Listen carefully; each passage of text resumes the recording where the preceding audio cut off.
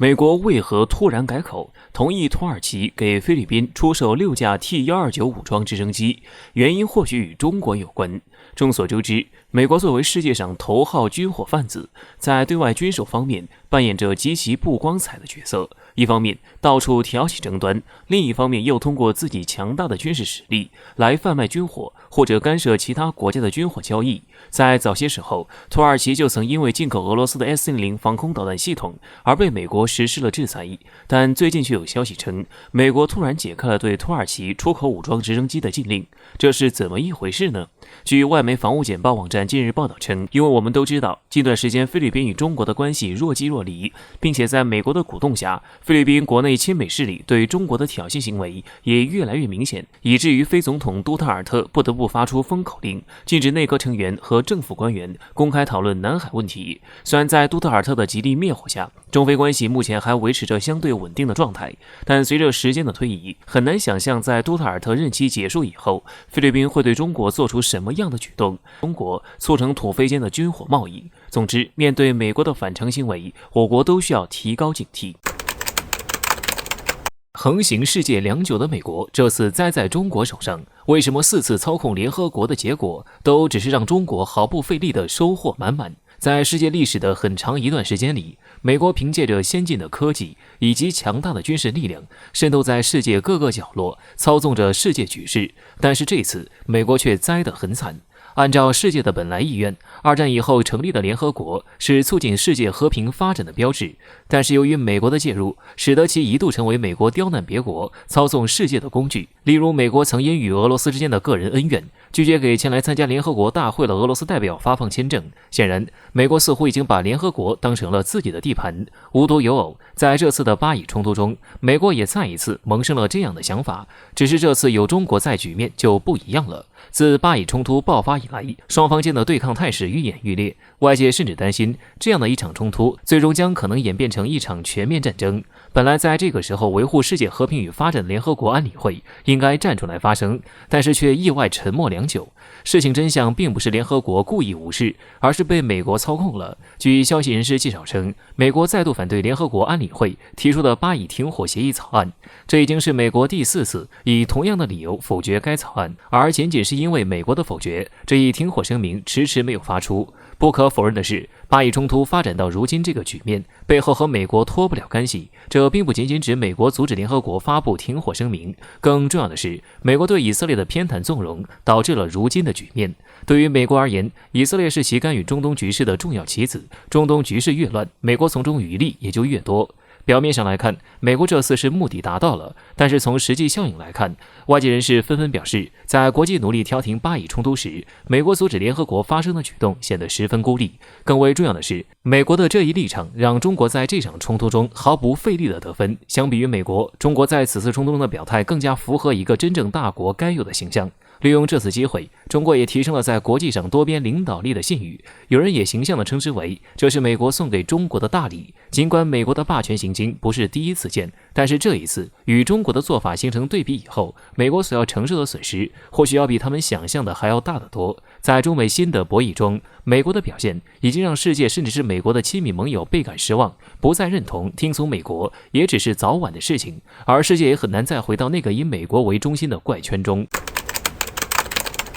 说到统一和分裂的问题，台海无疑是最牵动广大国人关心的话题。伴随着近10年来的变迁，用武力快准狠地完成中国统一大业，成了很多人期盼已久的事情。而在这个问题上，普京在最近的谈话中就给世界做了一个榜样。据俄新社在5月20日的报道，俄罗斯总统普京在谈到近期的东欧克里米亚局势问题上，很直白地表示，俄罗斯将继续发展最现代化的核武器威慑力量，用来消灭那些妄图阻止俄罗斯发展的国家。而对于俄罗斯近期出现的俄罗斯部分国土没意义的舆论，普京也做出了一个十分强硬的回应，谁敢分裂俄罗斯就打掉他的牙齿。而这一回应也在国际社会中引起了不小的反响。需要注意的是，尽管普京在整体上是在谈论俄罗斯的发展环境，但从一些对话中其实也适用于目前中国的一些国际环境。比如在谈话中，普京就提到，一个国家的发展强大之路一定伴随着反对者用各种理由的阻碍，总有人想从我们身上咬下点东西，但他们必须知道，谁敢这么干，俄罗斯就打掉他的牙齿。这也是为什么俄罗斯一直在发展一些具有洲际范围的导弹，某些国家一直在试图遏制俄罗斯。那么这些人将会明白，这些国家将不被需要。有观察人士指出，俄罗斯这种专注发展战略威慑武器，配合上俄罗斯总统的直白，确实很清晰地将自己的态度放在了西方面前。尤其是近期，乌克兰多次在北约鼓动下，妄图将战火蔓延到俄罗斯边境。不过在后续的秀肌肉中，乌克兰很快就怂了，北约一众国家也对此噤若寒蝉。可以说，北约的这一表现也反映出，和西方国家讲道理是行不通的，他们可能只认识拳头和更大的拳头。俄罗斯的这一反应，其实也给世界上很多备受西方分裂势力影响的国家做了一个榜样。事实上，与俄罗斯的状况相似，中国目前与美国关系已经快速走向了极端化，台海问题已经成为美国遏制中国的一张常用牌。在近期，台湾岛内更是爆出美军军官团已经秘密接管了台军的训练任务。此事件对于我国来说，已经是一次触碰底线的挑衅。如何解决统一和分裂的问题，已经拦在中国人脸上的选择题了。终于被披露，美国在韩研究生化武器，中国不再被动开辟新战线，美国大旗该倒了。一直以来，相较于西方，中国在国际舆论上都相当被动，时常处于被动挨打的局面，这和庞大的体量格格不入。尤其是自疫情来，西方通过媒体操纵、扭曲舆论、抹黑、妖魔化中国。但是这个局面开始逐渐得到突破，中国不再被动。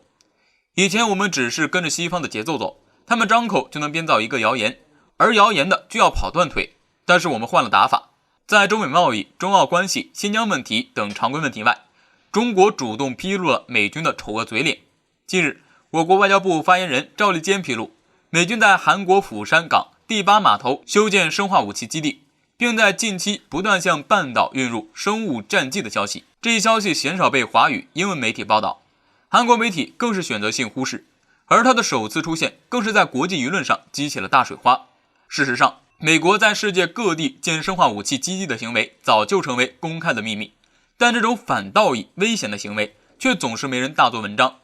据悉，美军在韩生化武器基地也并不是秘密，早在1998年，驻韩美军就设立炭疽实验室，之后又多次将炭疽、鼠疫等细菌运往半岛，还多次发生泄露事故。美国在韩国秘而不宣的生化武器研究基地，对韩国和中国等邻国都是定时炸弹。美国更是有多次前科，在朝鲜战争的时候，美军就动用过细菌战。美国政府对涉及到本国的任何生化实验室都是讳莫如深，我们就更是要大做文章。美国在世界各地引发的生化武器事故的风波，将可能被中国带回国际舆论舞台，对美国遍布世界的生化基地带来舆论压力。除此之外，在美国大肆造谣新疆问题的时候，我国外交部曾表示，世界上杀害穆斯林最多的国家恰恰是美国。在近日的巴以冲突中，美国更是被抓住了小辫子，中方多方位抨击美国向以色列提供武器，置巴勒斯坦民众生命于不顾，阻挠安理会关于巴以问题声明等。美国在新疆人权问题上的立场不攻自破，美国媒体更是直言，美国被联合国孤立，给中国送了份大礼，而美国越是拿人权当令箭，就越是暴露出自身负债累累的人权问题。美国的人权大旗该倒了。虽然谎言经不起推敲，但是谎言被重复千万遍以后，公共议论难免最终被迷惑。西方的谎言机器马力全开对准中国，面对谣言和舆论操控，无论是国家还是民众，都需要保持十分警惕。但是俗话说得好，最好的防御就是进攻，在这方面我们仍然需要努力。